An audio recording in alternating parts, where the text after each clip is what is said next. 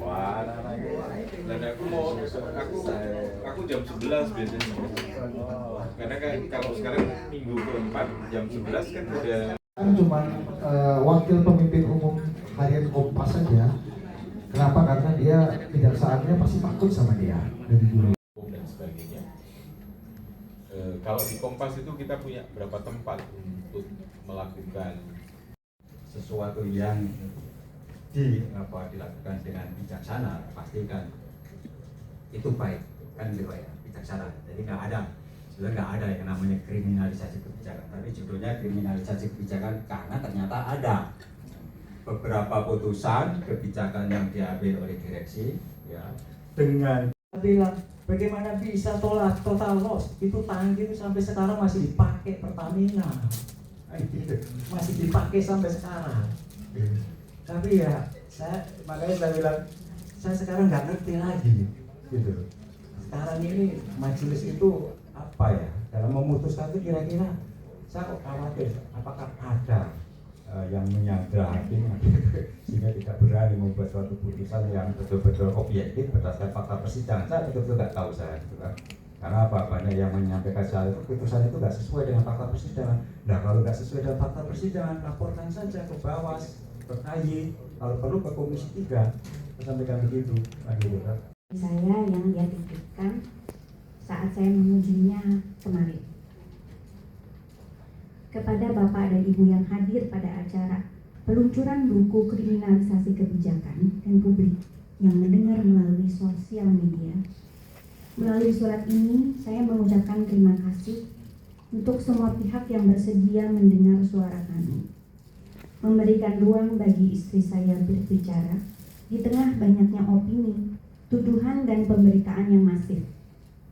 Kesempatan menyampaikan sisi kemanusiaan dari apa yang kami alami sangat berarti bagi keluarga kami.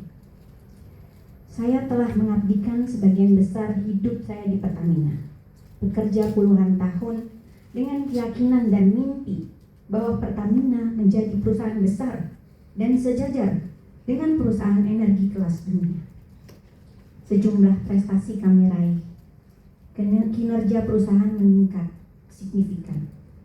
Bisnis merambah market internasional dengan sejumlah cabang di luar negeri dan kapal-kapal Pertamina yang mengarungi samudra dan lautan internasional. Semua dilakukan atas kesadaran, dan ini adalah amanah dan cita-cita memberikan warisan terbaik bagi generasi penerus Pertamina. Namun hari ini, saya justru berada di titik paling sulit dalam hidup saya. Hal ini membuat saya bertanya, apakah mimpi saya berlebihan dan mustahil diwujudkan di negeri ini? Apakah prinsip yang saya miliki dan terapkan dianggap mengganggu? Saya disebut koruptor oplosan.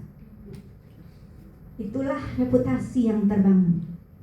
Yang paling berat bukan hanya kehilangan jabatan dan rusaknya reputasi, tetapi melihat keluarga harus ikut menanggung beban yang seharusnya tidak mereka pikul.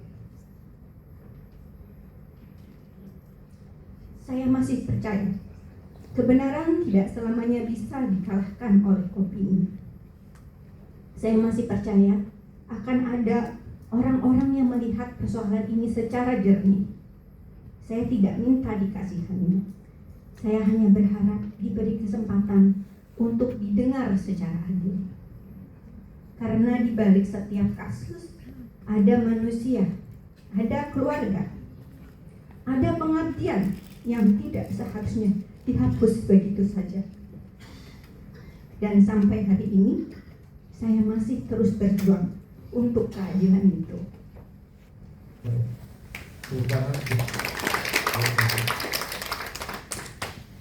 Mas, jadi saya emosional ya membaca surat.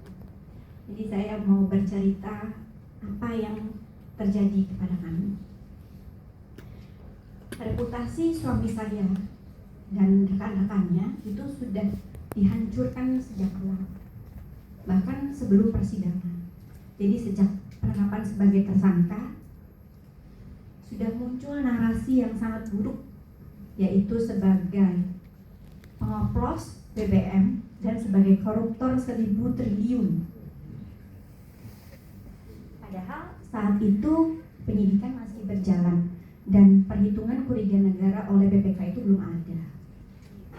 Mungkin Bapak Ibu masih ingat pada November 2025 yang lalu, publik bereaksi atas narasi-narasi tersebut. Publik sangat marah, mereka menghujat. Banyak konsumen Pertamina yang merasa dibohongi dan dirugikan.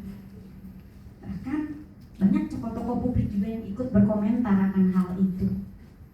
Postingan-postingan yang menyudutkan, yang menyerang kami, bahkan sampai ke ranah privasi. Nama dan wajah suami saya beserta rekan-rekannya itu ada di mana-mana. Mereka dihina, dihujat, dicaci, dijelek-jelekan, bahkan dijadikan meme. Sebagai manusia biasa, yang kami rasakan saat itu hancur. Kami sangat takut dan sangat tertekan. Sebagai tersangka semenjak 3 September 2025. Jadi sama, sebenarnya mirip yang baru tadi cerita share, Mami juga cerita share itu persis banget gitu. Penangkapan, langsung keluar berita tentang dalang korupsi Tanihub gitu. Jadi itulah. Cuma kalau yang belum familiar dengan kasus Niko Wijaya, sebenarnya simpelnya aja kali ya, biar sebenarnya ini beritanya sudah mulai naik nih sekarang nih, karena semenjak setelah tuntutan lumayan viral nih sekarang gitu ya. Simpelnya sebenarnya kayak gini. Jadi tadi seperti Mas Didi cerita, Niko itu mantan dirut di BRI Ventures.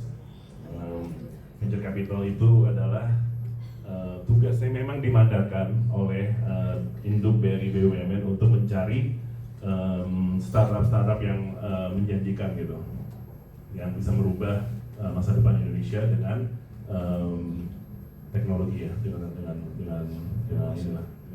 dengan inovasi gitu. Dan sebenarnya juga akhirnya di tahun 2020 jadi Niko tuh ini kan judgement bisnis biasa dan pada waktu itu Mas Heri hampir semua orang, wah kalau ada ventures capital yang gak invest di Tanihub, mereka akan ketinggalan nih karena segitu impresifnya startup itu yang sekarang udah gak ada gitu. Sebenarnya ini juga persis dengan Pamela dan Baru tadi juga yang ngomong itu. Selama sidang ini tuh semua saksi dan ahli dari JPU selalu mendukungnya malah kita gitu, malah meringankan kita.